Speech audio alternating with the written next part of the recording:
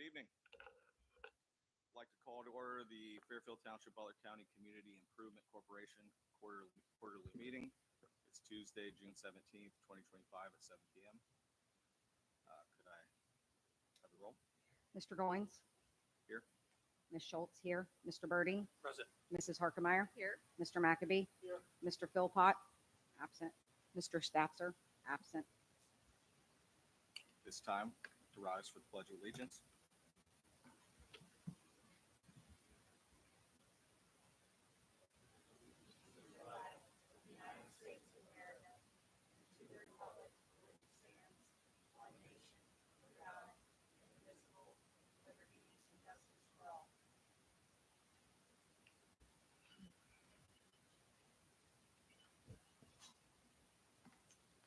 So we have the minutes. Do I have a motion to approve the minutes from the December 10th meeting? So moved. Second. Mr. Goins? Yes. Ms. Schultz? Yes. Mr. Birding? Yes. Mrs. Harkemeyer? Yes. Mr. McAbee?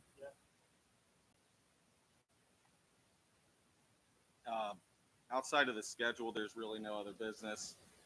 We have our next meeting scheduled on September 9th at 7 p.m. and December 9th at 7 p.m. Really not much activity going on currently at the CSC. Any board comments? Hearing none. Well, first, are there any public comments on the agenda? Anybody from the public want to speak to the CIC board on CIC matters?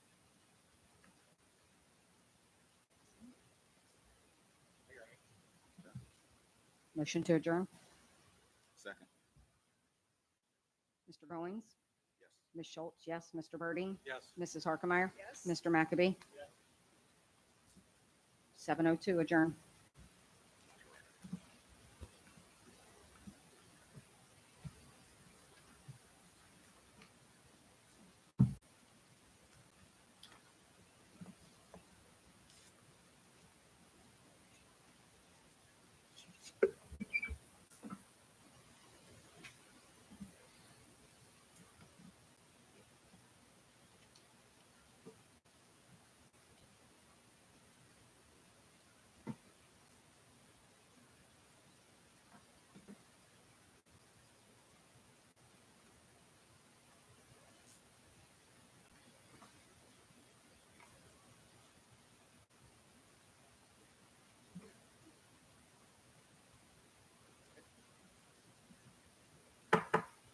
Good evening. It's 7:03 on Tuesday, June 17th, 2025, and I'll call the Fairfield Township Board of Trustees meeting to order.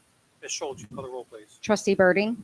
Present. Trustee Harkemeyer? Yes. Trustee McAbee? Here. Okay, we've already done the pledge, so we'll move right into the public hearing. So we need a motion to open the public hearing. So I move that we open the public hearing for the fiscal year 2026 tax budget. Is there a second? Second. Ms. Schultz, you call the roll. Trustee Birding? Yes. Trustee Harkemeyer? Yes. Trustee McAbee? Yes. 7:10. Was there a time for 7:10? Yes. Okay. Shall we So- sit here? No, we'll just wait. Sorry? No, we'll just wait. Wait a few minutes.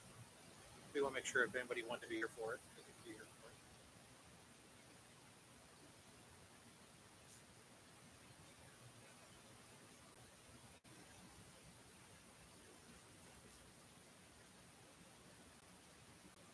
Just so that the audience knows, we have we have to have this tax budget hearing in public, just to get the idea of what the budget would be proposed to look like next year.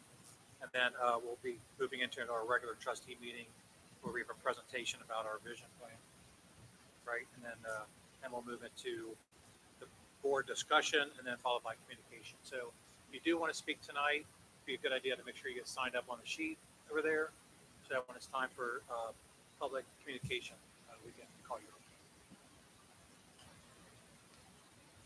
And there's it. Okay. There are copies of the budget in the back if you'd like them. The proposed budget. Proposed tax budget. Any other adjective I'm missing?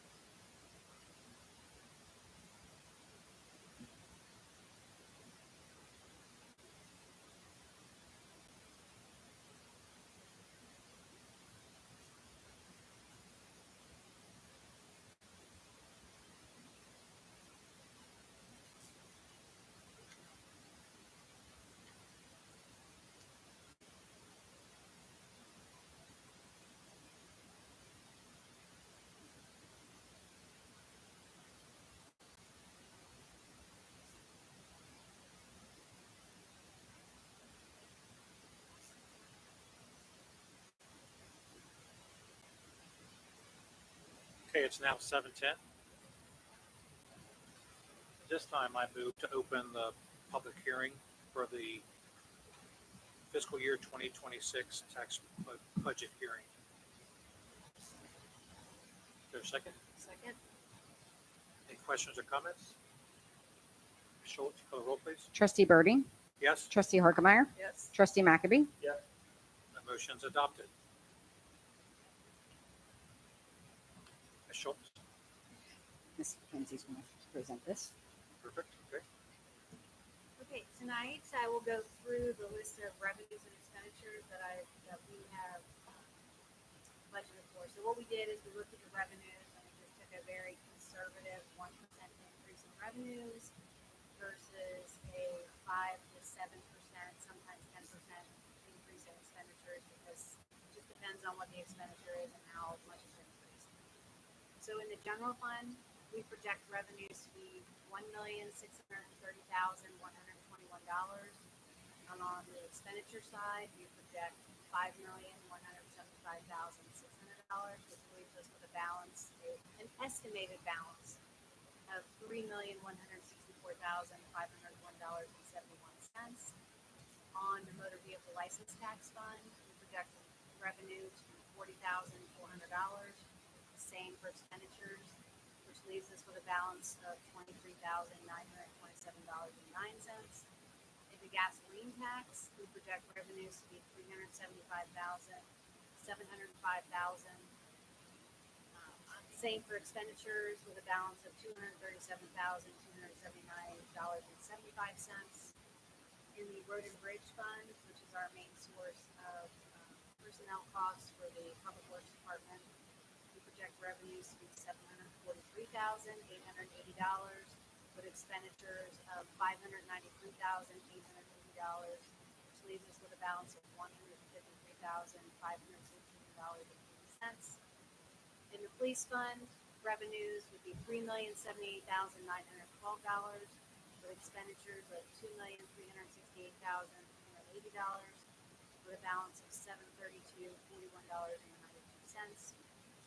In the fire fund, we project revenues to be $5,045,640 with expenditures $4,545,640.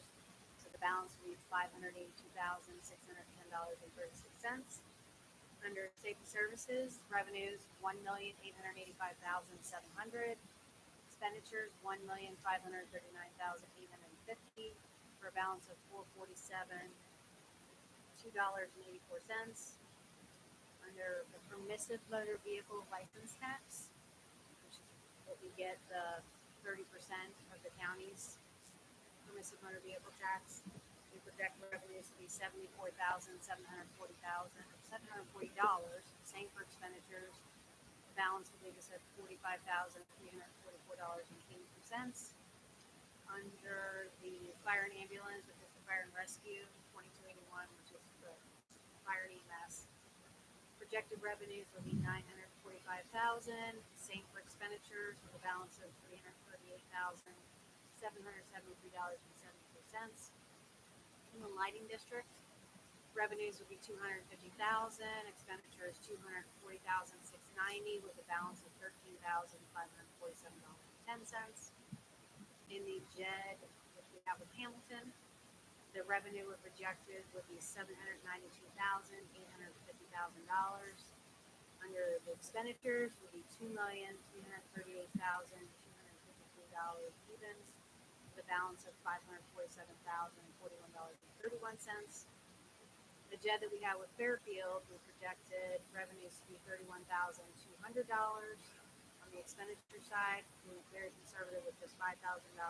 It's very small right now. Balance would be $24,200. Under the TIP that we have at the Story Point, the revenues will be $308,050. Same for expenditures. For the balance will be $213,994.54. On the Princeton Road tip, the revenues will be $2.7 million. Expenditures $2.9 for a balance of $20,014 and $20,014.90. In the sewer tip, we project revenues to be $1.4 million, expenditures to be $1.3 million, with a balance of $114,533.98. Under the One Ohio, which is where we receive opioid settlement funds, we project revenues to be $65,000, The expenditures 10,000 with a balance of $67,909.50. Under the Bridgewater tip, revenues we projected at 40,400. Expenditures 39,000 with a balance of $1,400. And then the RID capital projects, we project revenues to be $328,250 with expenditures to be the same, which leaves us with a balance of $51,471. So just for the general public's knowledge, so all of these funds, everything except for the general fund are all special revenue funds. So the general fund can be used for any expenditure, mainly administration, and it can be transferred to any fund. The motor vehicle license tax, gas tax, road and bridge, permissive motor vehicle, those are all public works funds. Police fund, obviously, police only. Safety services can be used for police and fire. Fire, EMS, those are all fire-related funds. The JEDs can be used for just about anything. They can't be transferred, but can be used for anything. And then the tips, so those are all supposed to be project funds that you can use for capital projects. And then our One Ohio, which is the opioid money that we get from the state. It's very, very specific for purposes of drug prevention and education. So, and then the RID capital funds can be used for projects. So just so everyone understands the way fund accounting works, it's like a big pie. Every fund is separate and individual, and it can be only used for those purposes. So that is why we have to list them the way we do, so that everybody understands they can't be mixed. So also included in the budget, obviously we have salaries and benefits, and then contracted services, but we also included capital improvements. So in 2026, there's a list attached to the budget that we have certain fire department expenses. So we have $70,000 in turnout gear, $10,000 in miscellaneous equipment, $100,000 to replace a vehicle, $10,000 to replace computers, and then we also budgeted $2 million to make repairs to the fire stations. Under the police side for capital improvements, we have $200,000 budgeted to replace vehicles. We have money budgeted for bulletproof vests, body worn cameras, in-car cameras, which I think are all units that we have. It's a maintenance plan that we have to pay towards. MDTs, block cameras, which is another subscription that we have with block. The usual ammunition that we buy, tasers, fingerprinting equipment, another maintenance item, and then helmets.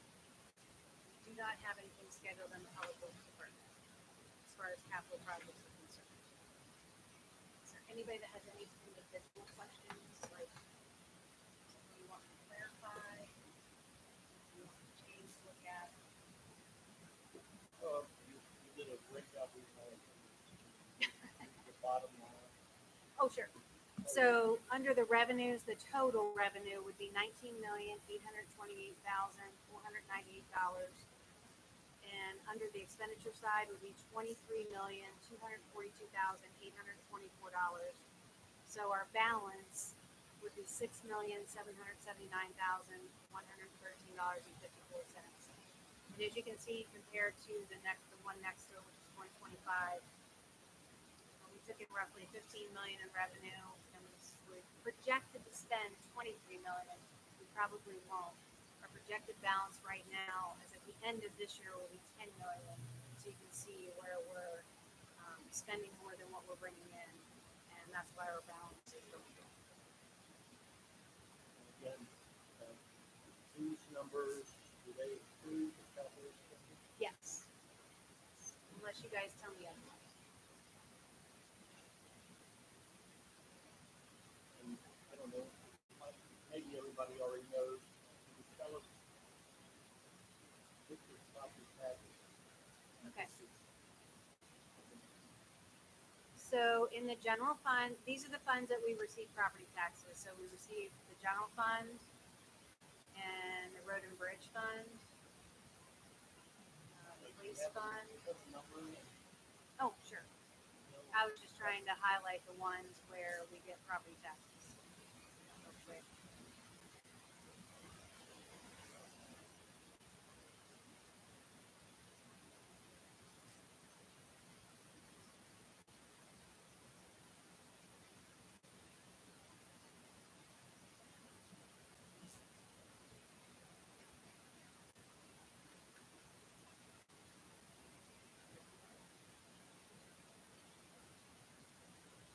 So for everyone's education, so there's only certain funds that we receive property taxes, and that's our, just about our main way that we generate funds for a township is through property taxes. So I know there's a ballot initiative in the works to try to eliminate property taxes, but if it were to be eliminated, all of that money would go away along with all of those township services. So I just want to make sure that everyone understands that. I know it's really great and neat to not be able to pay property taxes, but that's how we generate money to provide your service. that wasn't on purpose, for asking that. Oh. So you just tell us which company, the property taxes, of the fire levy, and the collection. So we have that. Yep. We have the resolution says that, so we will do collect next year, right? So under safety services, it's no, it's 3.9. So it's 3.9 mils that was voted on in 2015. In 2026, we're projected to take in $1,852,340. So this year we budgeted 1.8 million. In the past, it looks like we received 1.7 million. I know with the triennial update, we'll have to wait and see what we get. So that's what we bring in property taxes for safety services levy, and that, like I said, that can be spent on police or fire. Under In the past, it has been spent on both. yes, I think that more recently, we spent more on fire than police. it's gone back and forth. So sometimes we spend more in fire, sometimes we spend more in police. It just depends. So we could split that evenly or decide, Yeah, if that's the up to you. board would decide each year how much we're gonna spend and how that. Right. So under the fire levy for 2026, we have projected $2,075,550 for property tax that we will bring in. I know that's a 5 mil levy. Yep, 5 mil levy that we bring in.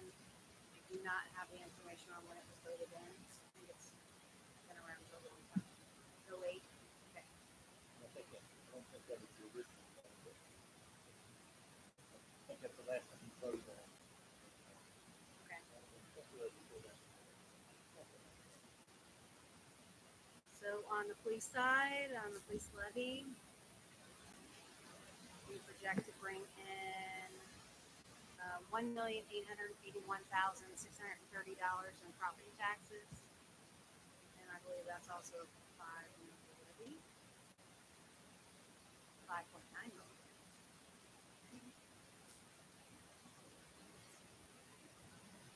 So road and bridge, we also receive property taxes for that. So in 2026, we have budgeted $518,130 for road and bridge fund. And road and bridge fund can only, public works is kind of a weird thing. You can only spend, in the road and bridge fund, that is where you're supposed to spend for your personnel costs.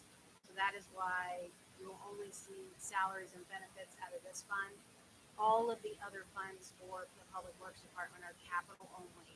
So we can only use those funds to buy capital items such as motor vehicles. And I know a lot of you were here at the public hearings that we held. So the list that I had up multiple times, those are the things that we can spend in those capital funds.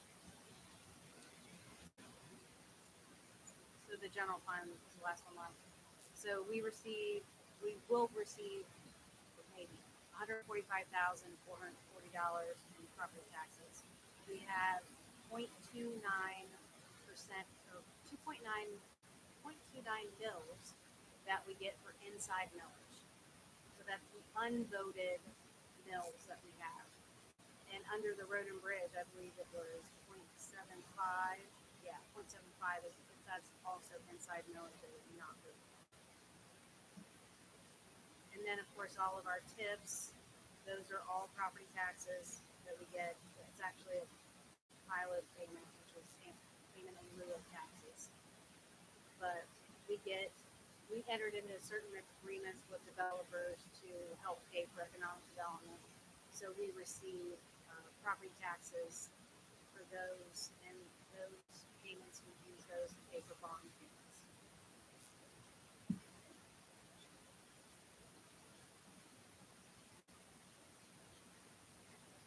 And again, that inside millage versus voted on millage. The inside millage, when the valuation goes up, we get a little more money. On the voted millage, that's outside millage, and that 5.9 mil for the police is can only bring in the same amount of money each year. So we don't get any more money. So the 5.9 is the gross, that's like the gross millage. Yes, because it's not effective. And the effective rate would be, you know, if you have 100 houses and now you have 110 houses, all 110 houses are going to pay a little less money. We're going to get, if you're on a fixed income, so are we. That we get the same amount of money based on it. And that's what's called the effective rate. So 5.9, I don't know if you have the effective rate on there for example. But so that's true with the police fund, the fire, and the safety services. All three of those are bringing the same amount of money in now that they did when they were originally voted on. You know, again, if your house went up in value, you may be paying more taxes, but we're not getting it because somebody else in the county is paying that. We do get a small increase for new construction, but it's very small. Very small. And it eventually settles itself out Right, over time. after it's on this rolls for a year. But like the fire and ambulance, that's paid for by the users. So if you call and you take a ride in the squad, you're going to get a bill for that. And that's where that money comes from. It doesn't come from property taxes. It comes from either the insurance company, what it's supposed to be doing, or the individual. So we added that back a long time ago when we decided to get the paramedic service to pay for the paramedic service. And that's not property taxes. It has nothing to do with the property tax. And of course, the JED, double JED, that's off the income tax that we share with either the city of Hamilton, if you work in that district, you pay the income tax to Hamilton and we get a part of that. Or the one with Fairfield, they collect it, we get a part of that motion. So again, those are not voted villages. The tip accounts, those are, as the administrator said, they're basically property taxes. But instead of them going in and paying and being part of the property taxes that we receive and that all of you see a roll down from, it's a payment in lieu of, and that goes into a special account. And we use those for special property tax, like this with a law. That's about that.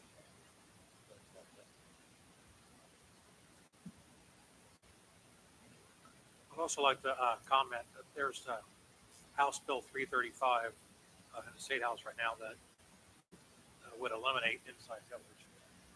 So we would lose all that revenue as well. But that bill passes, goes into law.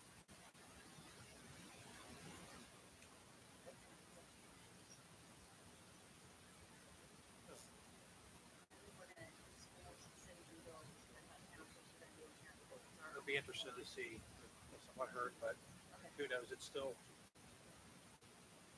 the debate. Any other comments from the board? Right now? You can ask the public if they'd like to comment, and we'll follow it back up. If anyone from the public wants to comment about the tax budget hearing, please come up to the microphone, state your name and address, and you can address the board on this subject. If you want to talk about something else, wait until we move on to other portions of the meeting. Anybody want to have a question or comment about the tax budget? In general terms, what we're trying to do here is estimate our revenue. And then later on in the year, we'll actually have an appropriations budget. Decide. These are some things we're considering spending money on. At that point, we would have to put the money for how we would fund it. And then in addition to that, after those two things happen, the projects are still brought to the board again, and we have another say if we're gonna be doing it or not. So just because it's in here, just because it is in the appropriations, does not mean that we're going to do it. It means there's money there, but it still has to come before the board again. Okay, so, please state your name and. Richard Wheeler, 3230 Springcrest Drive. Two questions. When you talk about the tax thing, the word non-voted was mentioned. What does non-voted mean?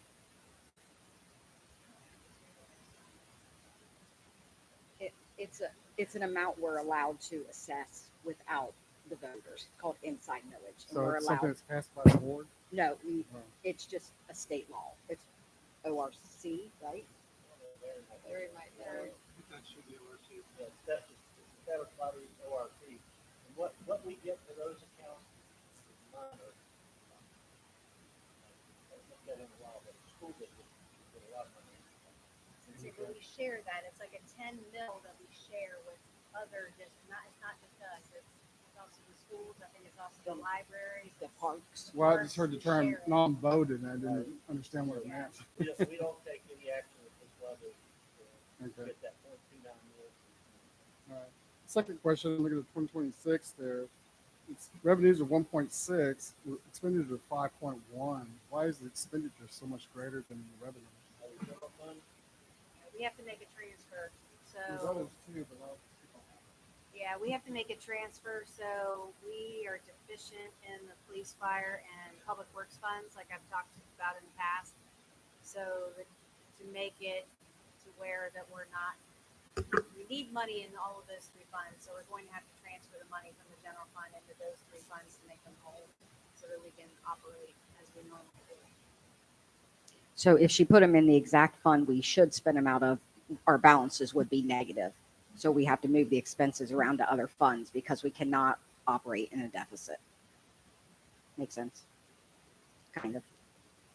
And that's the most glaring one on there. And it's what we do to the bottom. You know, we're spending 23.2. Look at 2025 on there.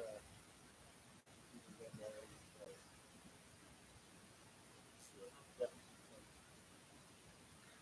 Which we did. I mean, we looked, the department heads, when they formed their budgets, they did go back and cut a lot of stuff down. I mean, I know we still have a lot more work to do, but initially we did cut a lot of stuff out that we wanted to do. Let me understand, Ms. Schultz, did we receive money in 2024 that we spent in 2025? Yes, we received ARPA money and CARES money in prior years and spent them in the current year. Now for 2025, it wasn't much, only 150,000. That was ARPA money. But in the prior years, yes, you'd see a big swing because we would have gotten the money in 19 and 20 and spent it in 22, 23.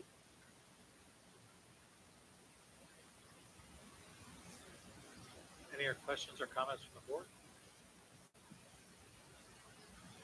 Yeah, I look forward to having more discussions with this to see how we can maybe make that expenditure number lower and how we can make the revenue number bigger. I think previous years, the board has done a great job of not spending down our general fund so that we had it available when we know that the years were lean. So we had some money available. So, and that goes well before I was even on the board. So I think, many other places are in the negative already. They didn't have some general fund money available to them. So, any other questions or comments? I don't know if it's here or the next week, but I didn't see a resolution. That's the No, next meeting. July. The, I talked to Kim. I told her we normally do the hearing and the resolution same meeting, but she's used to having a hearing and then the resolution the next meeting. So I told her that was fine because we're still within the July 15th deadline. Right. So, and our meetings before the 15th. So I've always done it in, well, 8th, or we're considering changing it or asking to change it.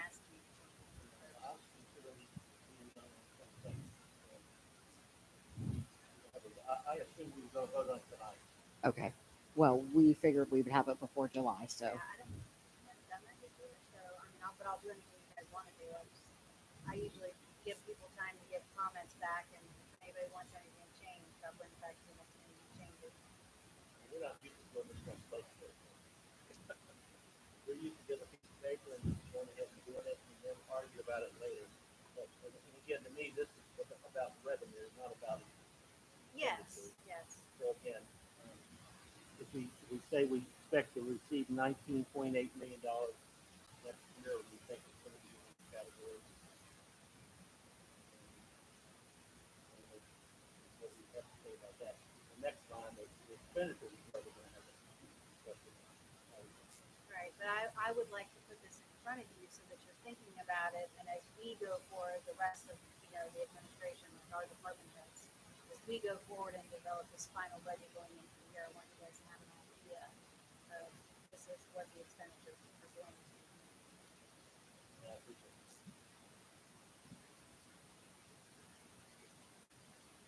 Okay. I move to close the public hearing. Better. Any questions or comments? Ms. Schultz, you call the roll? Trustee Birdie, Yes, Trustee McAbey, Yep. Trustee Harkemaier, Yes. that motion is adopted. Public hearing is closed. We move on to presentations. Mr. Stewart.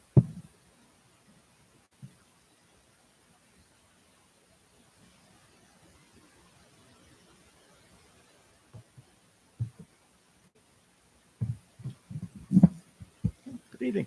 Want me to go? Hi. My name is Jay Stewart with Stewart Land Use. I was brought on by the township to update your vision plan, or also it's called a comprehensive plan. It's the blueprint for a community that staff and zoning commission and trustees use to partly, inform decisions like budgeting. It's not the only thing, but that it certainly plays a piece of that. The update is coming from your original one, which I did put together for you and helped with. That was 2009. Okay, so usually say every 10 years or so, we want to try and get that updated, so you're more than ready for that. The goal for tonight, I'm going to try and keep it under 15 minutes or less, is to put this officially on your radar and trustees' radar. As you know, we've been going through this for several months. Where we sit today is we have one last steering committee meeting left. I wanted to bring you the first draft of it before we showed this to the steering committee. That'll be the next step, getting their final comments, making any final edits to anything in this plan. Okay. And then the last two pieces of the whole procedure is a public hearing in front of zoning commission, and then a public hearing in front of you. Okay. And that's probably, this is June, we're probably talking late summer, probably, or September, unless you want to, that you control the speed of that, but that's what we're looking at probably. What I want to do tonight is really just a brief amount of time, just touch on the high points. Okay. If you have questions or comments, feel free to stop me. I'm happy to take any phone calls or emails after the fact at any time. Discuss any concerns, questions, edits. And we still have a lot of time. That's the other takeaway. Even after tonight, So the highlights, there's 6 chapters in the plan. There's really 4 that really have some substance, or good substance to them in terms of how can we use it as township folks. First is the land use chapter. And again, the key takeaway in that chapter is the future land use map.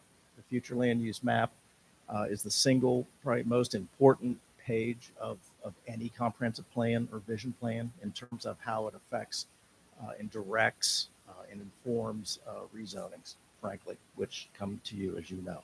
So it's very important. So we again, suggesting some updates there. Really the bulk of the updates, there's little parcels getting cleaned up or that were, were wrong, but really it's looking at a few areas that I'm going to go into in a minute in terms of focus areas of potential or ideas on how we could maybe redevelop. And really back to the budget again, a lot of these are all four of these have a heavy economic development, revenue producing, goal or component. Okay, so that's the biggest changes in the future land use map. One thing we did clean up was, I think today currently on your zoning map, huge portions of your Princeton Road retail area, that corridor, I think is technically zoned, is it manufacturing or industrial? So we're fixing things like that. It's just been like that forever. So again, future land use map, when you look at the plan, make sure you look at that, closely and look at all those parcels and let us know if you have any questions. The next chapter deals with housing. It's called the housing plan. And basically it's looking at what you have and really trying to state some recommendations for the future. And again, I'm not telling you anything you don't know, but you are predominantly a bedroom community. You have a heavy percentage of your land area is in residential, which is absolutely fine. But again, back to your discussion at the public hearing earlier, that it does create some challenges, which again, for a plan like this, and particularly the economic development and revenue types of recommendations, it becomes even more important. Okay. The other thing I don't have to tell you is that the township is approaching build out, believe it or not. Okay.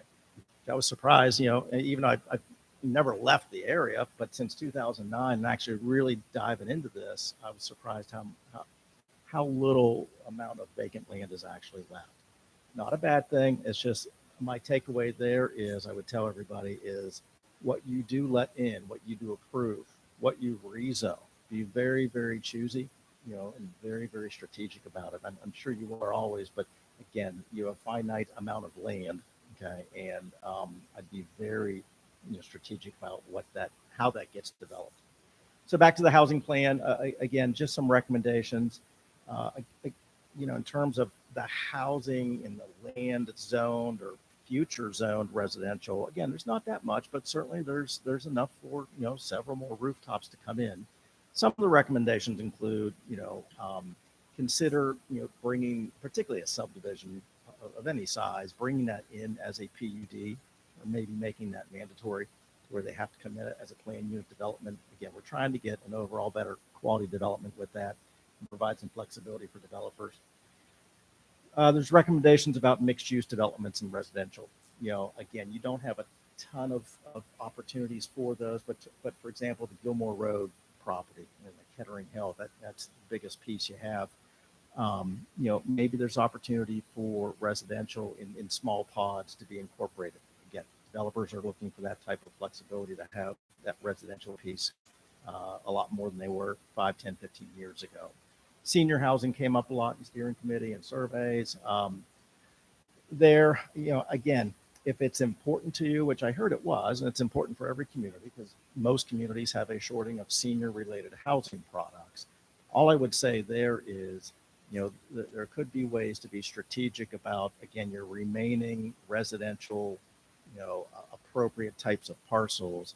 Maybe there's ways through a zoning resolution and regulations to try to steer more senior living, okay, versus, other types of housing products. Okay. And really the big one in this chapter is considering to apply architectural design guidelines on new residential dwellings going forward. You don't have that today. And again, I would suggest you look at some version of those. When I put those in zoning codes, again, my default suggestion, because I try to be balanced and you got to think of on the builder side, and you got to think of what we like on the public side and getting a better looking, better quality, dwelling. I usually like to go towards just pick a few things like exterior materials and a few architectural guidelines and hit those hard. I don't like the codes where they have 20 pages of just these architecture, it's written by architects and it's heavy duty like design. I mean, I think that's overkill, but for this last kind of go around of residential development, I would suggest that, and there's some recommendations in here for that. In terms of the chapter 4 deals with the focus area plans. That's where we drilled down into, in this case, 4 focus areas. Okay, and I've done plans where there's 10 of them, or there could be just a couple.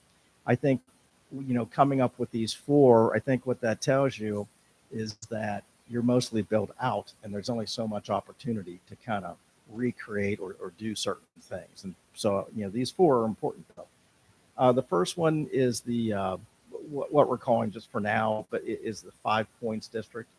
So, creating, some type of district environment in that 5 Points area.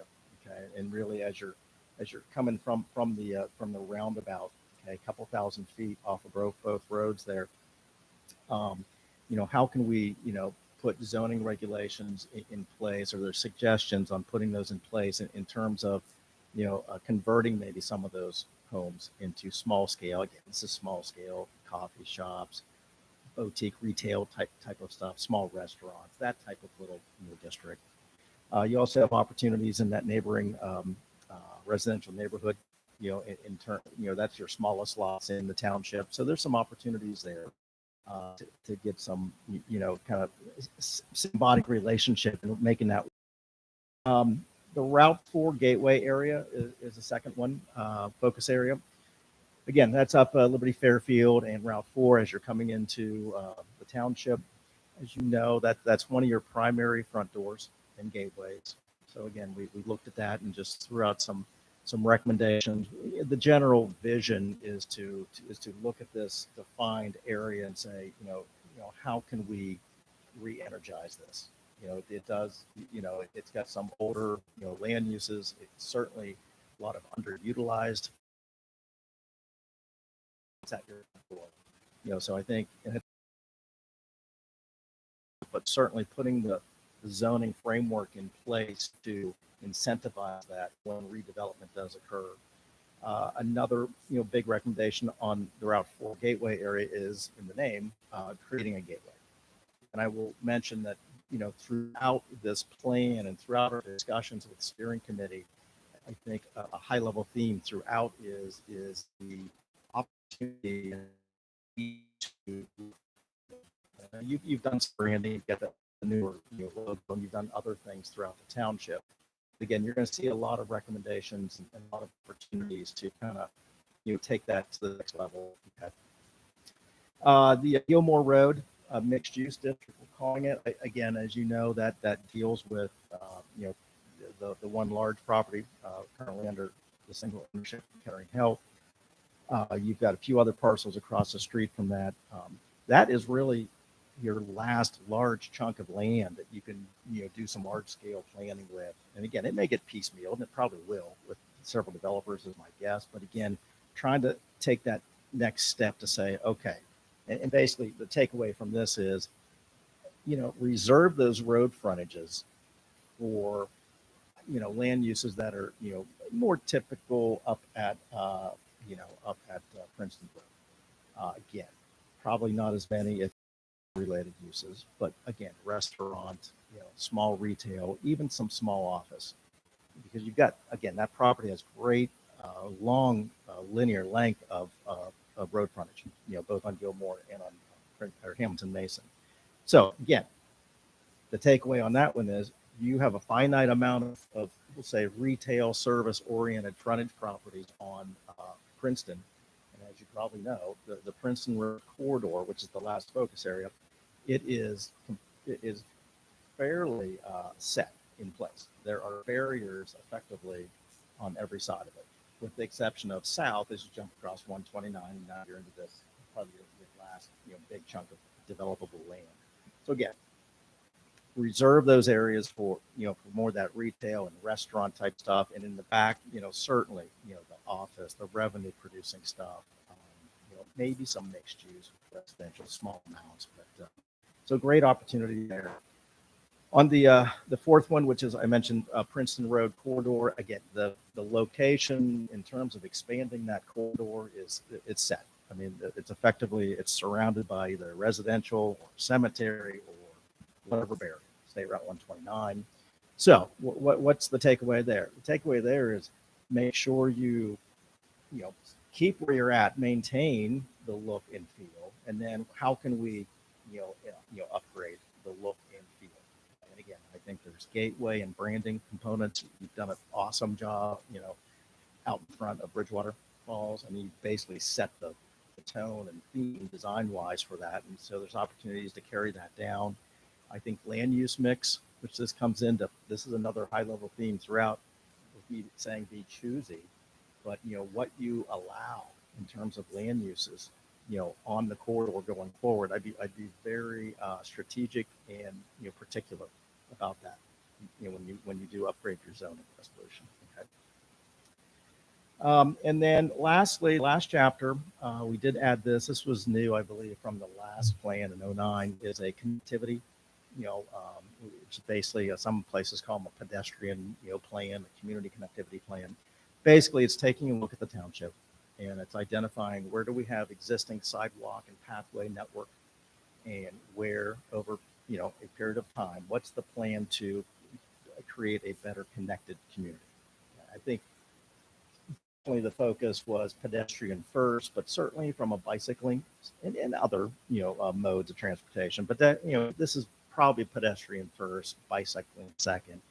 So you can look at that map that's right there, and it's pretty self-explanatory. We identify where the current sidewalk facilities are, particularly on Princeton. You have sidewalks all over subdivisions, and we're trying to find those destination points. Okay, and what's good phasing? What's the easiest? What's the lowest hanging fruit? Basically, it's super expensive, as you know. So there's a phased approach in terms of connections. It could be from a subdivision to a park, or it could be from a park to a school. It's those typical destination kind of hubs. So with that, and there's other recommendations in that chapter, and a lot of those deal with back up to Princeton, some opportunities to, some infrastructure improvement recommendations in terms of creating a little bit more safer, experience out there for pedestrians. Frankly, it's, up there, it's all about safety. With that, the last chapter is really just taking all the recommendations. Each chapter has the recommendations in a little spreadsheet, and we just roll everything up into the implementation chapter, and then we add a column that basically has a recommended priority. And basically, it's year 1, year 2, year 3 to 4. Again, look at that, and again, all that is a recommendation. And you're trying to tell the reader or tell future trustees to say, or staff to say, hey, we think this is higher priority than this over here. So that's why that column is in there. With that, I'm going quick, but those are the high level points. I'll take any kind of feedback you have, and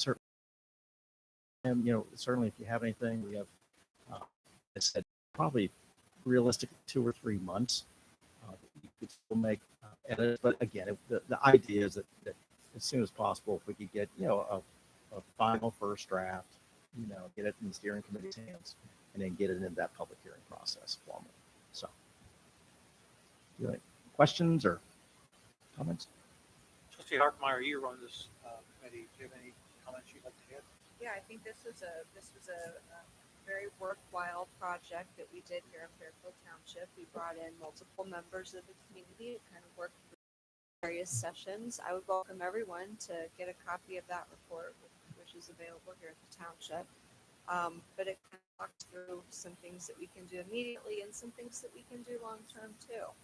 And I think that some of it is visionary and groundbreaking and things that are like beyond what Fairfield Township is doing right now. But it's a good plan. It took into consideration a lot of different factors, and I'm very grateful to the members of the community that took time out of their schedules to participate in this process, and also members of the community that took time out of their schedule to come into our open house and to weigh in on that too. Yeah. So it was great that people took time to show some interest in Fairfield Township and would think that we could be in this community. That's a good point. We did have we had, I forget, 4 or 5 steering committee meetings so far. And we've had the open house event, which went well. You still have boards on that with events, and then so did what Chuck social media world. So we did get a decent amount of comments from the public. So. Mr. Goins, would you add anything else? I would like to thank Jay for all the work he's put into this, and yeah, Shannon's support throughout this and board support. Yeah, we had a lot of good sessions. I appreciated the diversity of the area that the residents came from, and they brought a lot of insights into certain pockets of the township that nobody else was aware of. So it was it was very valuable having everyone there. But yeah, we're looking forward to moving this forward and starting to implement some of these changes once we finalize this plan. Trustee McAfee, any questions, comments? I was wondering if the raw data was available, survey questions. Chuck's got it. Yep. We did a Survey Monkey, which you download all that, so it's got all the raw data. Yeah. Maybe when you have the public hearing or public meeting, have a sign issue.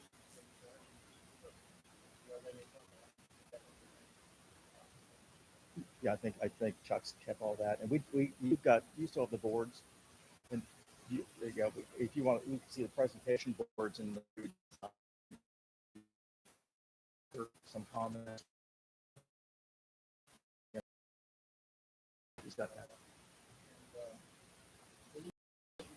Started with our old plan, the most recent zoning plan that we passed 3 years ago. So, good question. Incorporate that at all? Good question. So, a zoning map, in reality, sometimes they appear in these plans, okay, but really a zoning map is there to. We used it in the steering committee meetings. We used it as a comparison and benchmark when a topic would come up to say, well, what is that zone today, that parcel, and should that be something? If it's agricultural today, should that be future residential if and when someone wants to rezone it? So a plan like this doesn't really go deep into the zoning map, actually. The zoning map is, this really informs and gives recommendations on changes to the zoning map, if that makes sense. I mean, so we used it in conversation, but these types of plans, it's more that future land use versus today's zoning. Well, I just Yeah. wanted to know if you incorporate, you did say the Princeton Road is manufacturing. But it hasn't been manufacturing right now. And VCD or V2 and Princeton Road is south side. Okay. And so the east side of the bypass is VCD, and north of there where the big sandy is coming. So I don't think there's any what I call manufacturing, is what we have on Ford Road. That's manufacturing. So I thought you said that. Yeah, I thought we were seeing a map that Walmart sticks up in my head, that site. Yeah, there's the zoning map has Walmart, Hobby Lobby, as well as where the storage units recently went in. That's all zoned M1 and M2. Because it had to be business, gas to do that. So that's not far back.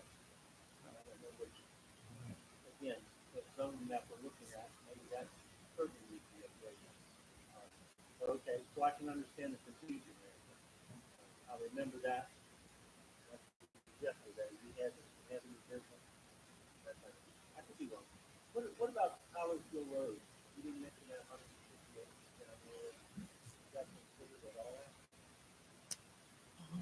Did we? I don't know. Eastern Collegeville considered, but the roundabout, a very large track in there.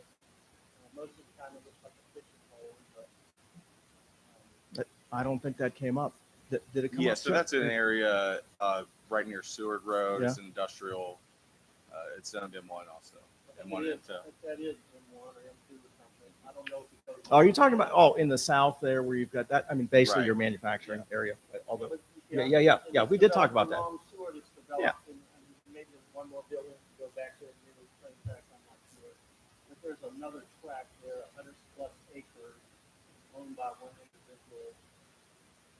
So that's what we're talking about. We talked about down there. I mean, I know I asked because I would always ask, is there any opportunity to expand the M district? But I don't think, Yeah, I think it's set how it is. Yeah, I think that area, when it was discussed in the steering committee, everyone was pretty much in agreement that how it's currently zoned and the future land use map is kind of consistent with what they have in mind as far as an industrial space. I feel about it. I mean, right now we're being overrun by those big semis. And again, water, all that property is going to go somewhere, like what's happening in the Fairfield spot right now. We're making some mighty beach. So I didn't know if that could be a recreation down there, that 100-acre tract, maybe. Again, I didn't know. I didn't know if you guys discussed it. But anyway, thank you. Thank you. Any other comments, questions? Questions, comments? I want to thank you for all your work and look forward to getting the final meetings together so we can send this back to our zoning commission to get their input on it. Great, thank you very much. Appreciate it. Have a good meeting. For the public, is there a place where they can go and comment, or is there a place where they can go see the plan? Is it on the site where they can see it?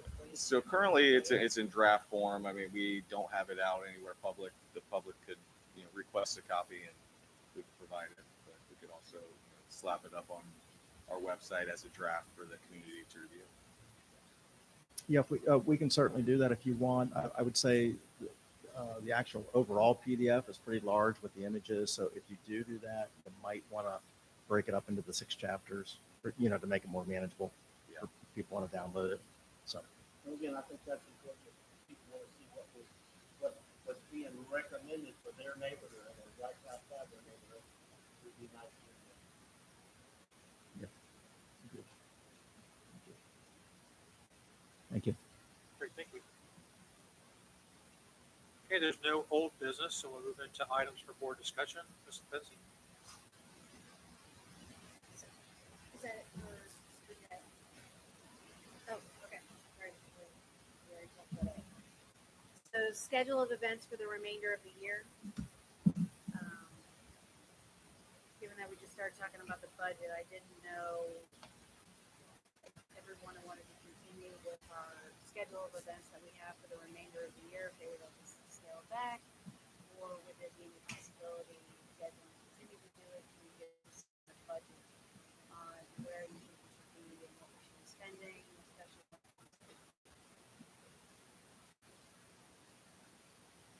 So what are the events? We have our Patriots Day event. Touch a truck that's in August.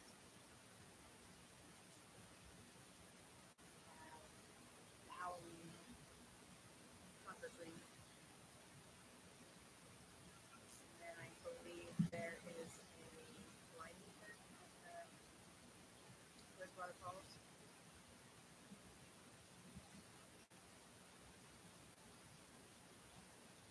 Yes, the Halloween thing. So all 4 have the potential for overtime. Well, I'm not in favor of having more overtime for these events. I don't know how we pull that out. I just think that we're in a position now. Of course, I don't know what the budget was for Touch a Truck. I don't think the lighting event there was much at all, right? It was just, is that something that Bridgewater put on with the skating rink and the hot chocolate? They want us to come bring a truck and take Santa Claus from point A to point B. Oh, so that- it would be, I guess I'd like to refer you, if we are going to, it would be helpful if we knew what those costs would be. Have a better estimate of what some of those costs would be. So Right. we know that.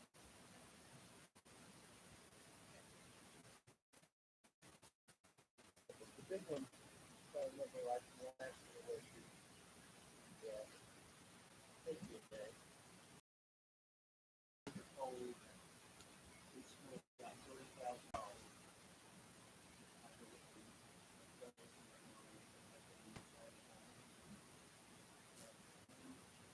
That's the one that's coming first.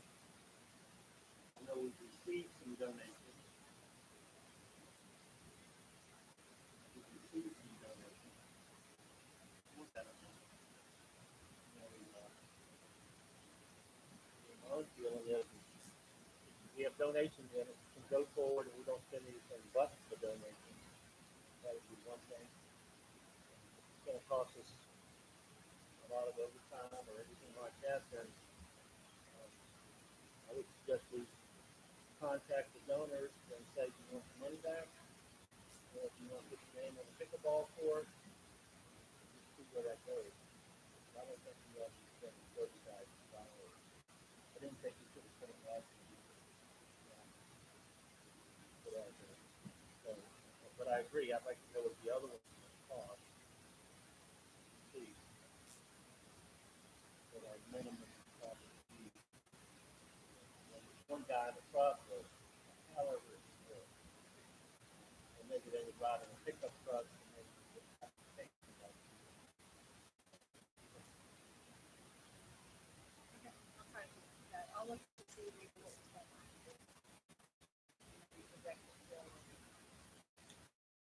Touch truck is in August. That would be the first one. And then Patriots event is a much larger event, though, so that's probably going to be where the spending is. So, yeah, I agree. I think we need to know what we could get for. First of all, let me back. I agree. It was Trustee McAfee. Last year, I don't think that we really needed the second stage. I think some of those things could be cut out of the budget for this year for the Patriots Day event. I would like to see it carried on, but I would like to see the budget trimmed dramatically and see if that's a workable event. Like, is it possible to get volunteers to do some of the things instead of paying staff? Those things. I would like to investigate that.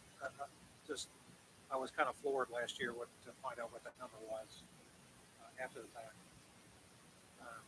You know, and again, it can pay for itself. Or close to. Because I do think it's a great event for the adults, the taxpayers in the township.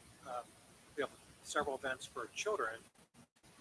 But ultimately, the ones that are footing the bill, it's nice to have an event for them as well. So I would be interested to see what we could do that event for and try to stick to that budget. And maybe just go out and reach out for more donations to try to cover that. The organizers try to get more donations. So is that something that you could have for us pretty quickly before we, so the August event would be obviously the closest one, so we didn't have something in July. Okay. What's that? I anticipate that. You didn't know what it was. September. Oh, I thought it was September. That's the front. Yeah. Yes. I meant to discuss it, but. Who's that?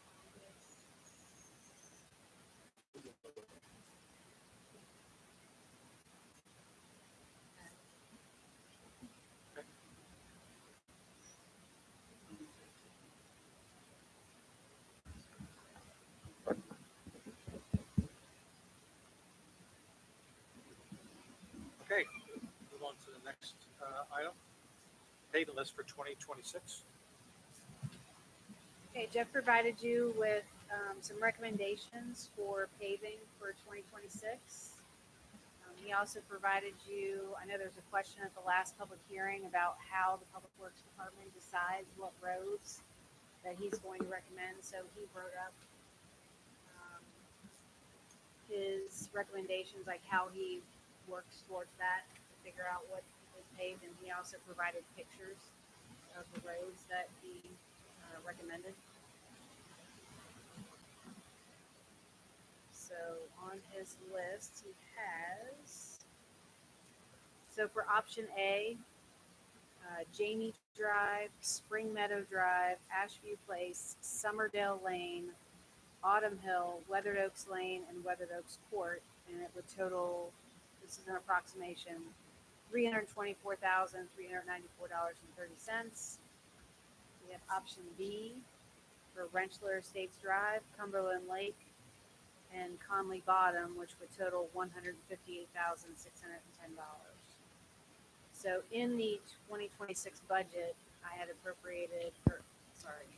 budgeted for roughly about $350,000 of the paving out of the red. Just for reference.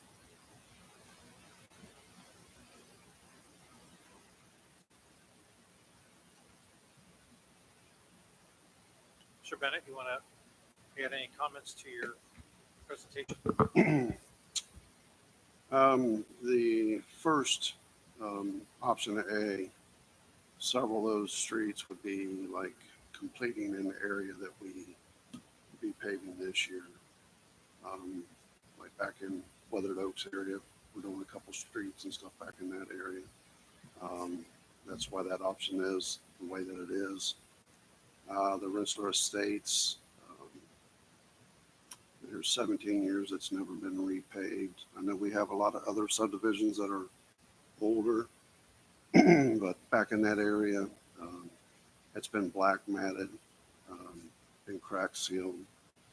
A lot of the problem that we have is they do a lot of recycled asphalt nowadays. Back years ago, we did what was called virgin asphalt. So basically what they're doing is they're milling it up and they're taking it back to the plant, recycling it, having to pour the cement to it and stuff, and they bring it back and repave the roads. Used to, we could get, good 15, 18 years out of a road. But now you're lucky to get 10 years out of a road. But that's the reason why I've suggested what we came up with. I mean, it'd be great if we could pave every road. But as we all know, we can't do that. So, no.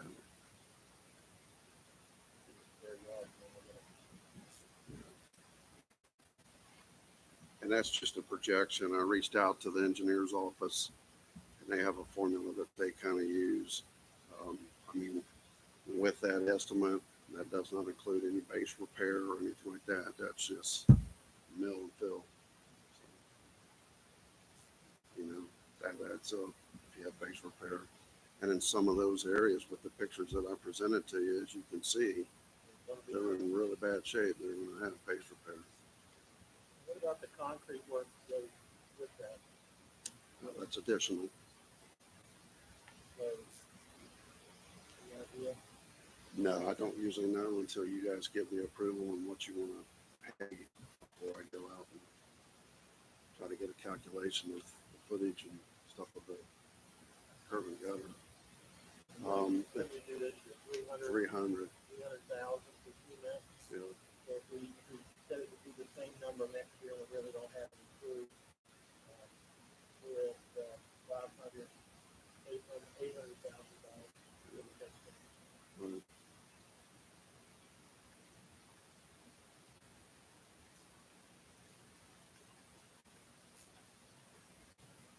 My honest opinion is I feel like I know it's a lot of money, but if we're not spending, $800,000 to almost $1 million a year in paving, we're not really getting a whole lot accomplished.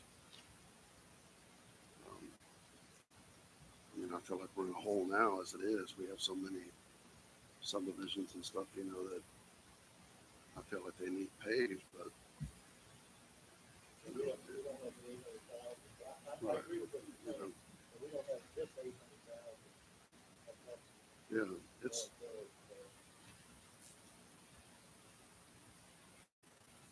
Like I said, I wish we could give everybody a newly paved street, but just can't do that.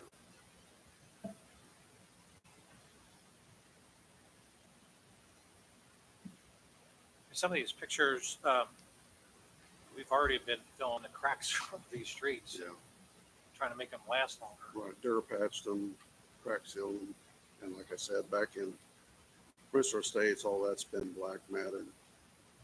It's to the point where, you know, the black mat is wore, so you're back down to the asphalt that was what you were trying to preserve with the black mat, so.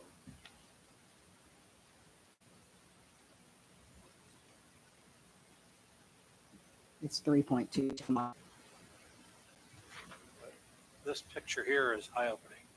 Yeah, We've done everything we could to make this road. Not much else you can do to it.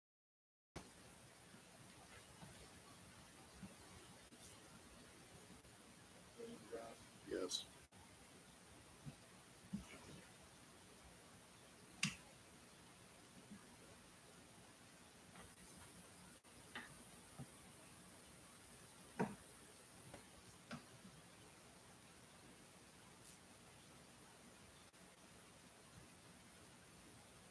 And like I've always said, you guys are always welcome to out there and ride the roads with me and explain why myself and Mr. Bridges have made the decisions that we have. And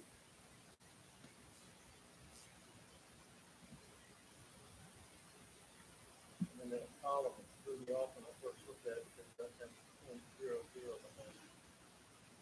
The estimate, I think, is $58,000.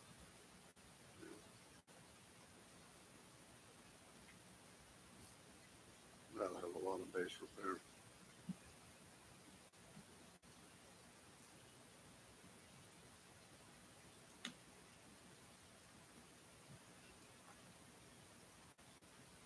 We also provided you guys with a historic paving list that we've done, and it goes all the way back to 1967. So you can see how much we used to pave.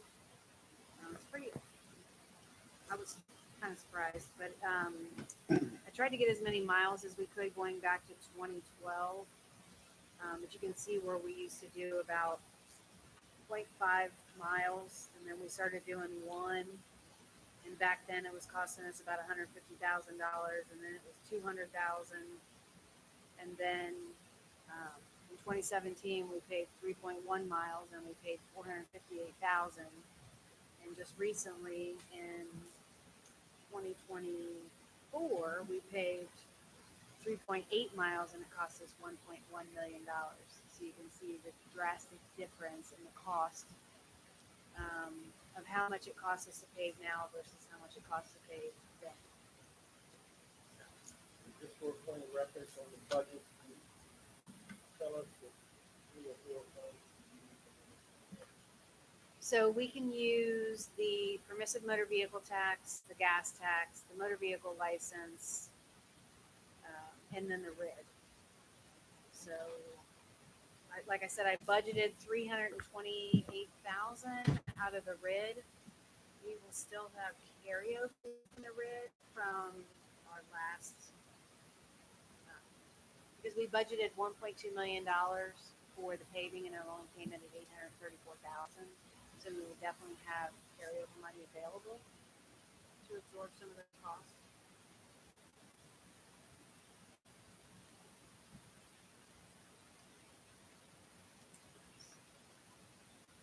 So for 2026, you can see in the motor vehicle license tax, I did not budget any of these funds to have to pay for paving. I budgeted out of the RID, which was the 328,250.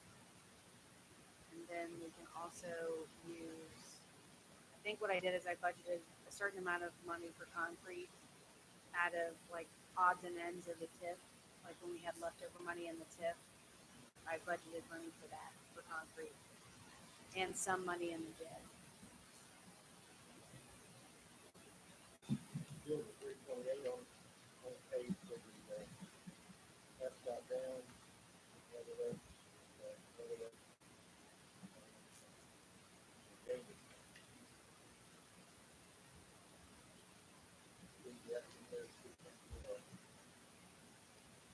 You know, years ago when they did paving out there, they used to not do any type of curb and gutter replacement. And I mean, to me, it just doesn't make sense if you go into a subdivision, you have broken and busted up curb, sunken curb or whatever, to come in and put a nice layer of blacktop down, and that's not what these people should get. You know, they should have nice curb and gutter and a nice road.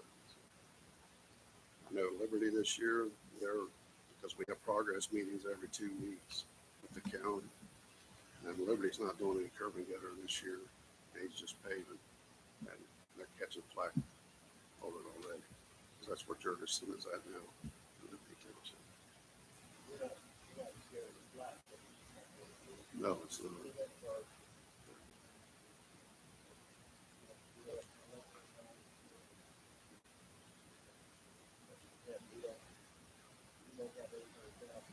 We could do it 1 year. Yeah. I don't think $5 or $10 per car. So we really don't know what that's going to generate. And even if it generated 110,000 to $5, that's not.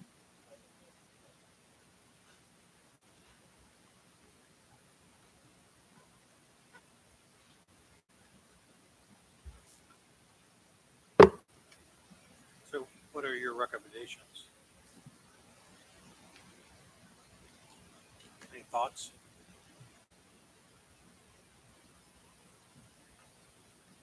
Not do any paving? Is that what you feel we should do?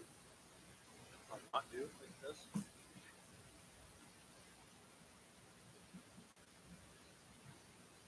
we had people at the last hearing talk about this. And I wrote on a couple of them. I agree. I think the paving needs to be done. I just feel like we get too far behind, it'll just be much worse. It's wear and tear on our residents' vehicles, it's wear and tear on our vehicles. I just don't know that we could do all this. But I don't know, I'm not sure where to go from there. Can I make a suggestion? Couldn't we move forward with both lists and at least get a cost estimate from the county on what they think it would cost us, and maybe even if it goes out to bid? And, you know, I know historically we've either come under or been at or right above, so maybe we just get lucky and we come under again if they bid it out earlier than they did this year. Well, the question I have is if we do that, are we obligated to do all of these, or can we change our mind on some I think you things can later? change it. Yeah. If the going told me point blank this year, we could not change what we went off the bid. Oh, I know in the, well, and I heard what he said, and this is hard. I know in the past, when we came in way above what we thought, we took it back. We can ask them now. I'll find that out. Okay. Can we bring that back? Yeah. When do we have to have this approved? I want to say it's in August. Okay, so maybe by July, we can have an answer for you from the county engineer's office. Any They other, still won't know what it's going to be. They still won't know what it's going to be. Right, but at least they could tell us if it comes in high, then we can drop it down, trim back to what we can afford. and we do have money in some of these funds that we generally allocate and use towards paving. I don't know that we have the amounts that we did before when we were Right. getting ARPA money and when we were getting money from the county. Yeah. That was a bit of a windfall, which let us do those larger amounts, the 800,000 and the bigger amounts. But I think we do have those standard amounts that are coming in that we have allocated and that we have funding to do, like our normal paving, as it were.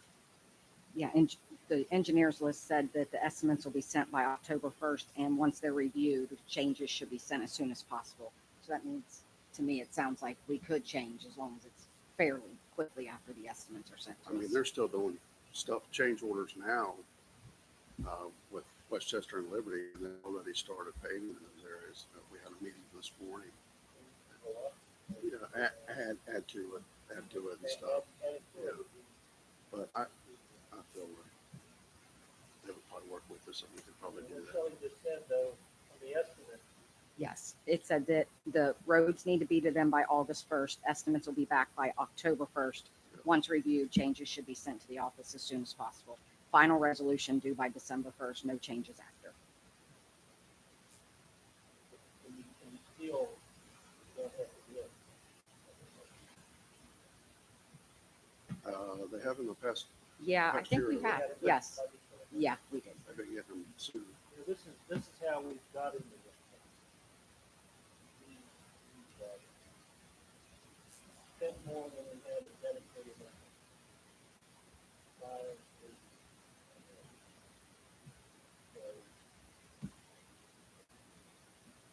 What is it?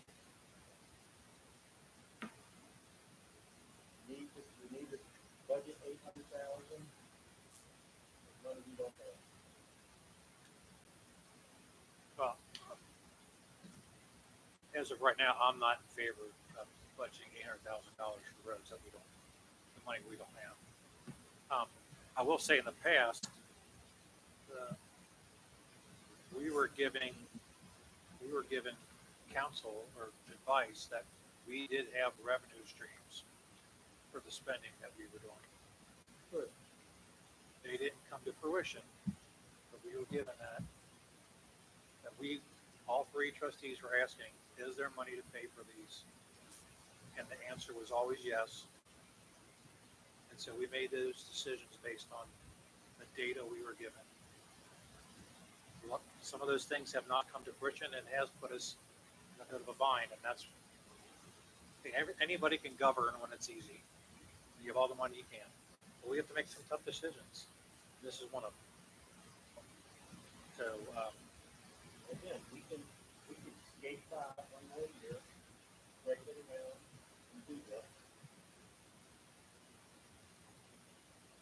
I'm sorry, could you clarify what you mean by scrape it around? Well, I mean, you know, we could look in other accounts and pull it all together. And we could do it one more time, but it's not, you know, we're dealing with 2026 now. And a year from now, when 2027, we won't be able to scrape it together. So to me, we need a long-term solution to, you know, taking care of our roads, the ditches, the park, all the things Fort Putnam does. I don't think $5 per car.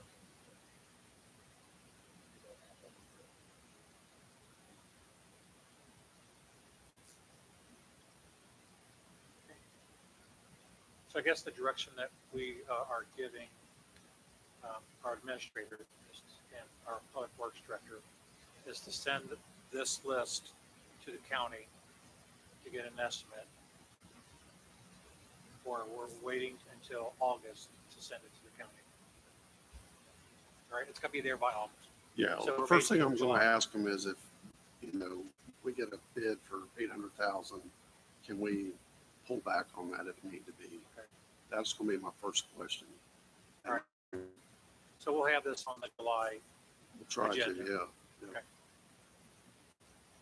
The other thing I'd like to talk about really quickly too is that staff did pull together a fantastic chart here that talks about our Fairfield Township paving from 2017 through the present. So typically we were spending, let's see, 2017 it was about 458,000, 2018 465.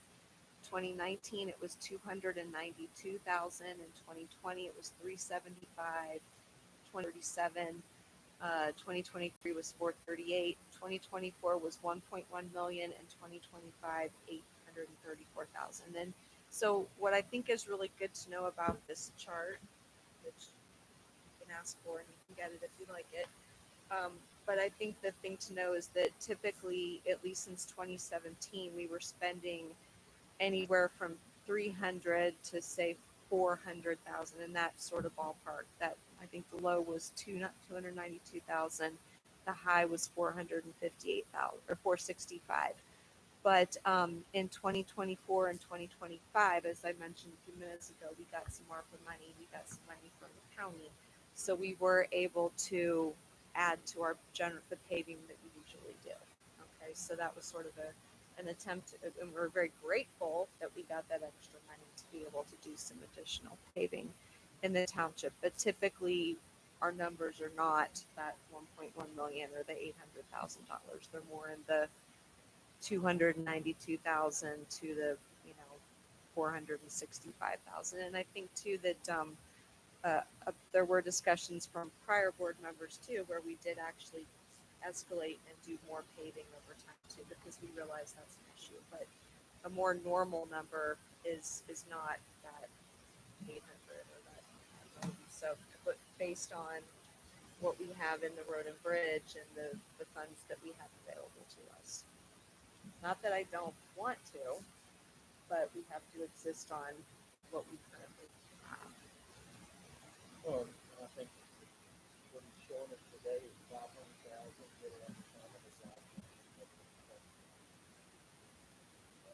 Well, it depends. We'll know when we get those numbers. That, but if that's one from those numbers, it's just right off on it.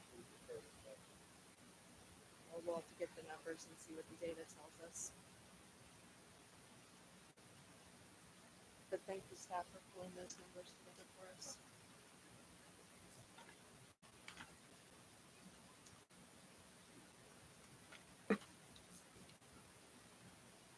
Okay, the next item on the agenda is discussing the July meeting date. I think Ms. Menzie is asking for us to move it. It's July 1st if we still apply.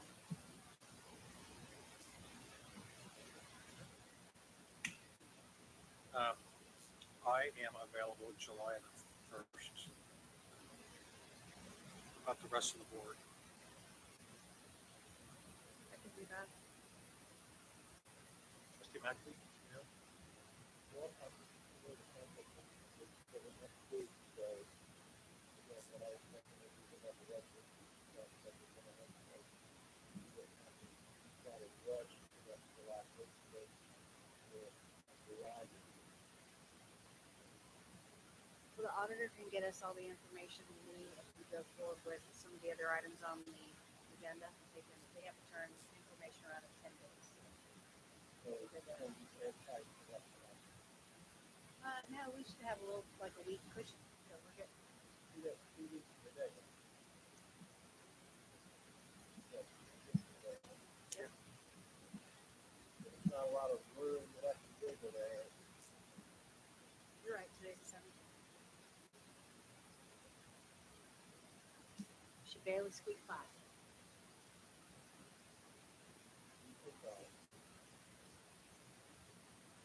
I can make myself available. I'm just gonna have the information.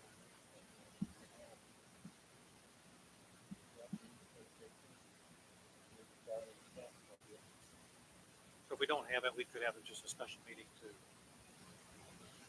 approve that. Senate. Tax budget.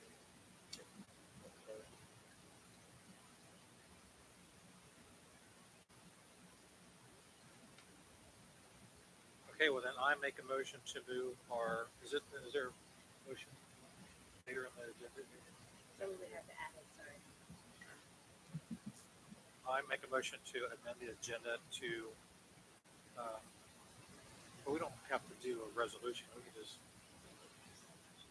do a motion to change the meeting date. Yeah, you can just, it's on the agenda already to talk about the meeting date, so I don't think you need to amend the agenda. All right, Just do a motion. Have a special meeting on the first. Yeah, you just have to notice that. Yeah, you don't need the 8th. so a special meeting would have to be for a special reason, Tax budget. that's a tax budget, and we can have other things on there. First, 2025 at 7 p.m. here at the Fairfield Township Administration Building. Is there a second?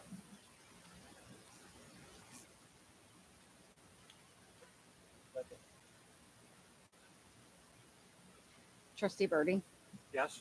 Trustee Mackabee? Yep. Trustee Harkemaier? Yes. And then if we don't need our July the 8th meeting, we can just cancel it. Okay, does anyone need a break before we move forward? Okay, just take a really short 5-minute recess. We'll be right back.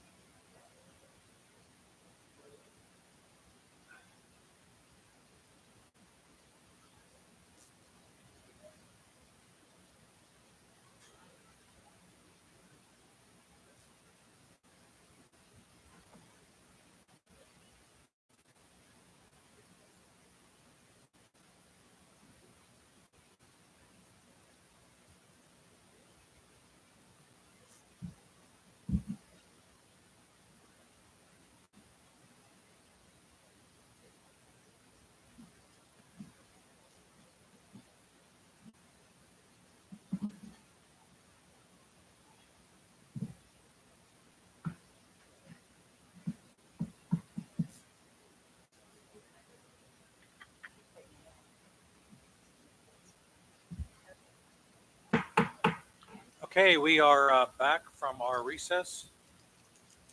This is, we're moving on to communication. This is the portion of the meeting where you, the residents of Fairfield Township, are invited to share your thoughts with the board.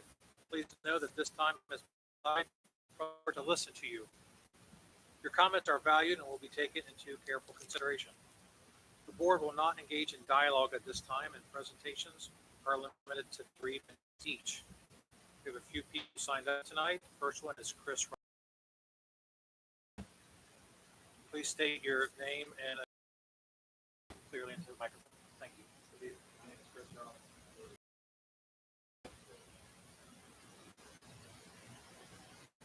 I have been living in Fairfield Township since 1997. And until August, I was a firefighter, years of that.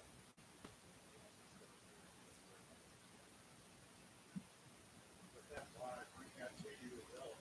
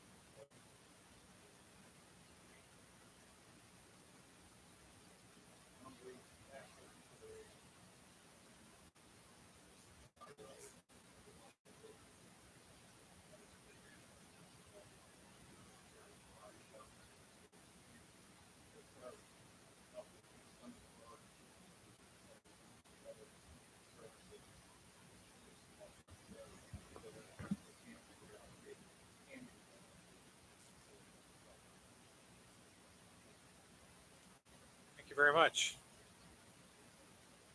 Next person to sign up is Shane Owens.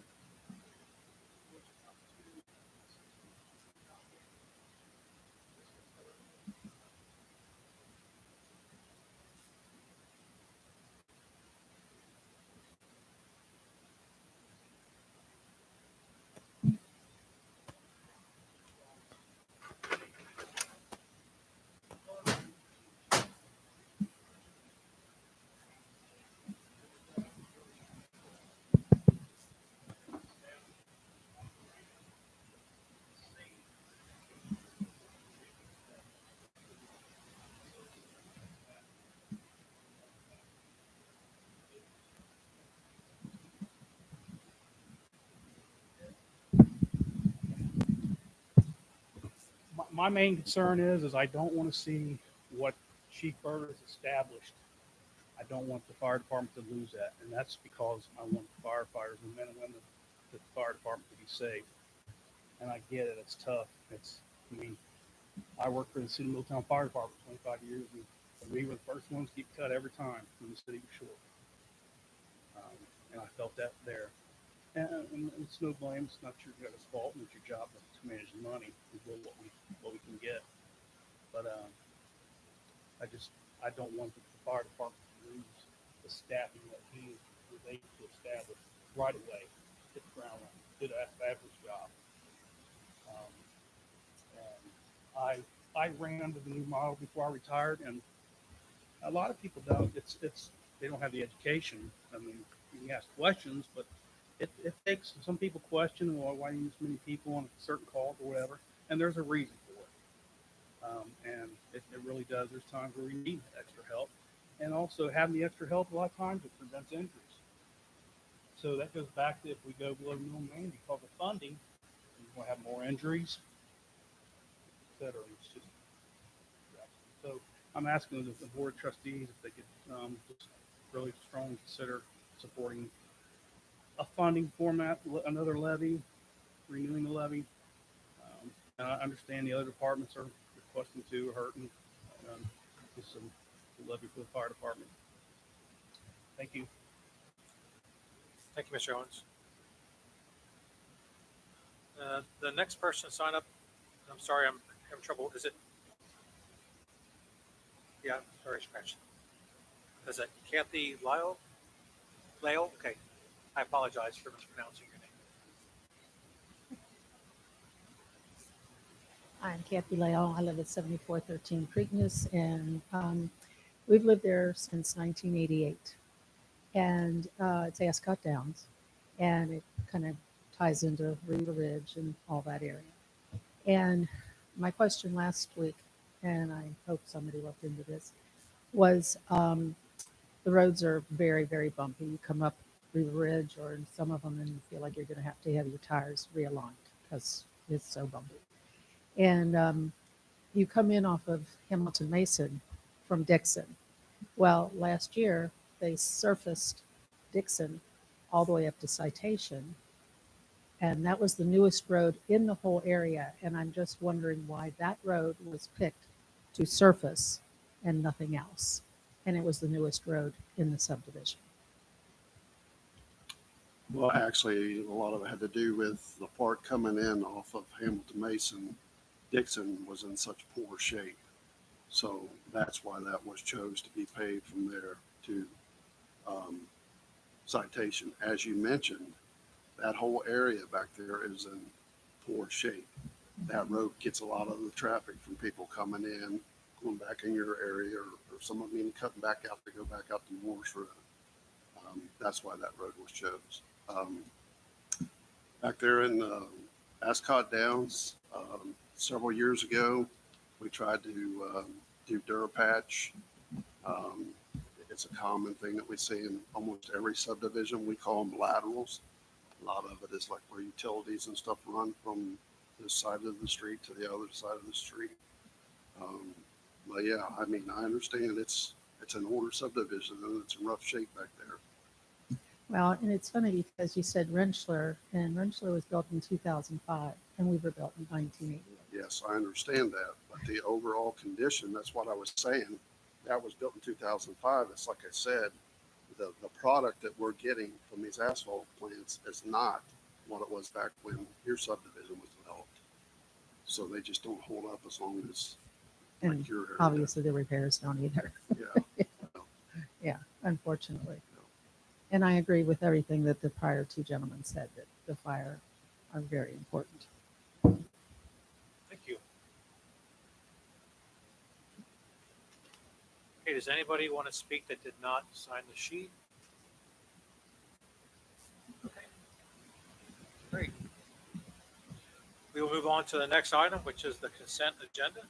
All items on the consent agenda are considered by the board of trustees to be routine. We will be enacted with one motion. Any trustee may remove an item from the consent agenda by request. No second is required for the removal of an item. Items removed for a separate discussion will be considered after the motion to approve the consent agenda. At this time, I move to approve the consent agenda, items A, B, and C under fiscal office business, and under resolutions, item A. Is there a second? Second. Any questions or comment? And for those, I don't know if everybody has an agenda or not, but it's basically you're approving suspending the reading of the minutes, approving the minutes, paying the bills, and we're approving the open purchase order.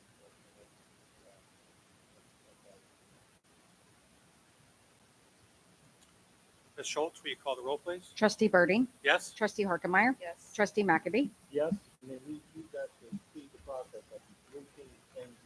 We think that's take. And that motion is approved. May we have the fiscal officer's report, please? yes. Currently, our checking account balance as of the end of May is 4.3 million. Our investment balance is 15 million. Our interest earned in May was 47,000. JED revenue received year to date in Hamilton, 329,000. JED revenue received year to date in Fairfield, 22,000. Our EMS billing receipts to date, 451,000. Revenue to date is 8.2 with expenditures to date of 7.5. Our payments made in May were 2.6 million, and the balance of all of our funds together is 16.6 million right now, with 8.5 being the general fund. If you have any questions, please let me know. These reports were in your mailbox also. Any questions or comments for the fiscal officer? I didn't see the CAD. You didn't see the cash summary? Okay, I'll make sure you got it. Thank you, Ms. Schultz. Okay, administrator's report, Ms. Lipinski.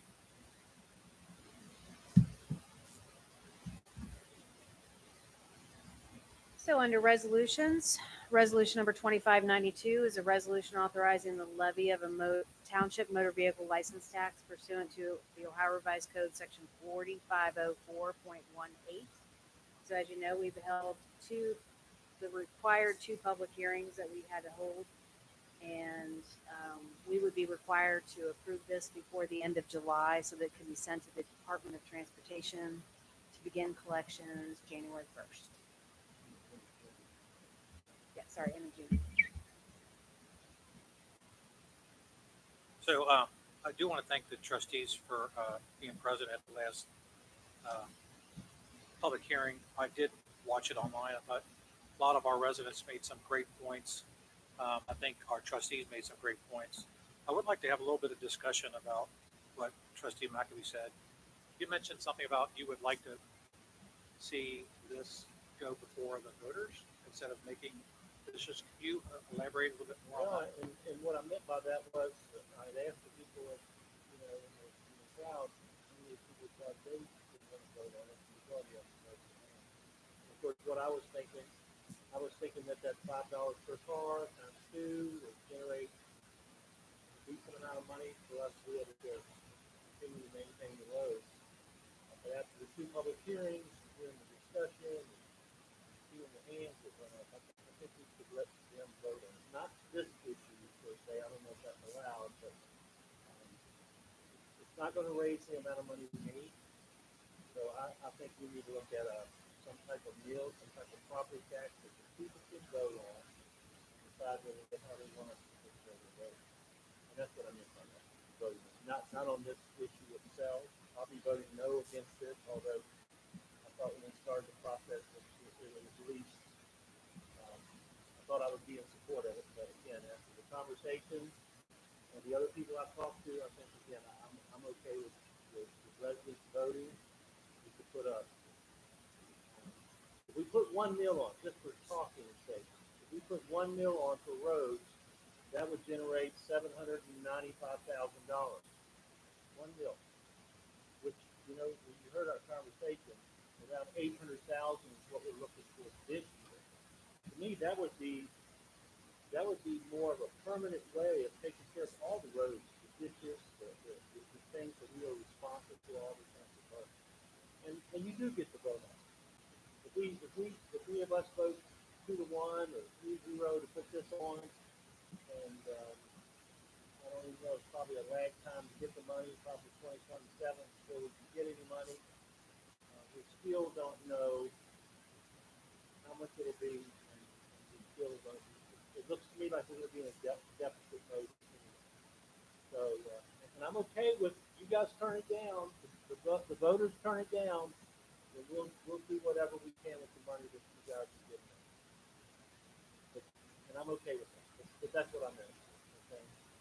And again, we don't have to go full mill, a half a mill with what we have now. It's just right about the $800,000 range. Again, I'm estimating. Elaborate. Again, half a mill, 390, something like that. Yeah. Just to that be- was what I was thinking. Thank you. Just to be clear, that would not go on the ballot this November, though. Agree, because we couldn't get it done in time. So it would have to. You would have to have a special meeting. Yeah. Yes, you could with a special meeting. So that's different than the fire levy and the police levy?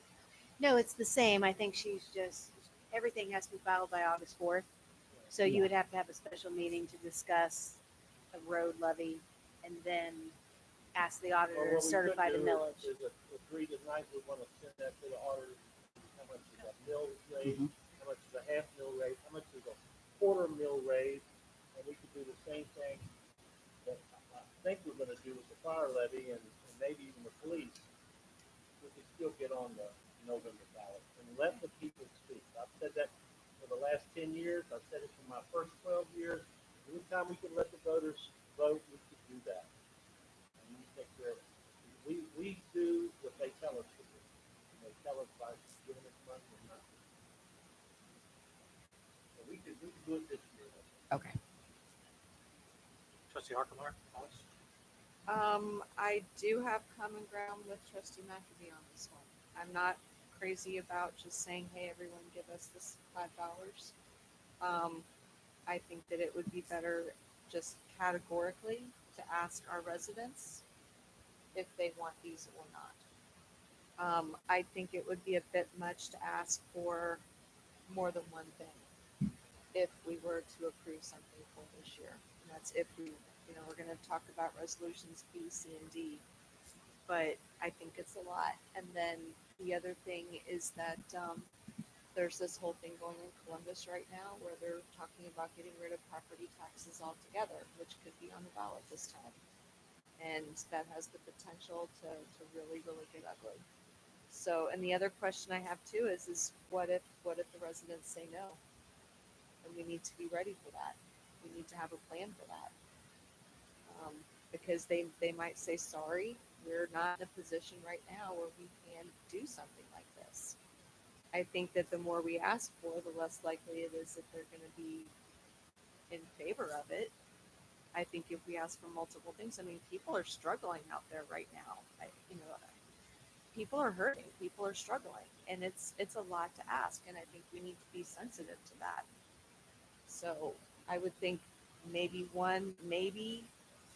something now, maybe something next year, but I hate to ask. I hate to ask all of you to do this. I hate to have to ask everyone to do this, but it might be at the point where we need to. And I think the smaller the ask, the better. But I do prefer for what we're going to get on resolution 2592. I don't know that it's going to be. Yeah, I agree with you both. I've had a brief conversation with Ms. Lipinski about this. I feel that it's not something that the overwhelming majority of our residents probably are in the mood for right now. I think it's I also don't want, in my opinion, I don't know that I want this vote in November to be competing with our potential fire levy. So that's my immediate reaction to, let's go ahead and put something on for November for 1 mil. I would rather see what we can do this year, and if we need to, in March, put something on the ballot potentially for roads levy. But I agree with the two of you to say I'm not in favor of passing this resolution tonight. So that being said, would it be prudent to make a motion to approve it and then just vote no, or that works? Okay. Okay. Or it could die before it's wanted the second also. So if there's a motion and then nobody seconds it, it will die It also. could die for just no motion. Right. Yeah, it can be withdrawn from the agenda, or it could be tabled, or there could be no motion. Yeah. That's what I thought you wanted to do. Yes. Okay. Okay. So at this time, I move to adopt resolution 25-92. Is there a second? Second? Ms. Schultz, will you call the roll, please? Trustee Birding, No. Trustee McAbey, No. Trustee Harkemaier, No. And that motion fails. We have the next resolution, please. Resolution 25-93 is a resolution declaring the necessity of levying an additional tax in excess of the 10 mil limitation within the township and requesting the county auditor to certify matters in connection therewith. So the next three resolutions are varying amounts of millage. First one would be a 4.9 mil levy. The second one is a 3.9, and the third one would be a 2.9. And just to be clear, we're only voting tonight to send these to the auditor to get the numbers. Yes. We're not voting on these to send these to the ballot. No. We're sending it just to the auditor to get Right. the real numbers. Right, because there's a two-step process when you go to put things on the ballot. So first you have to ask the county auditor to certify the millage. So they're going to tell us, okay, 2.9 mils brings in X dollars. And then they're also going to do the calculation for us on what is it going to cost somebody with a $100,000 house value.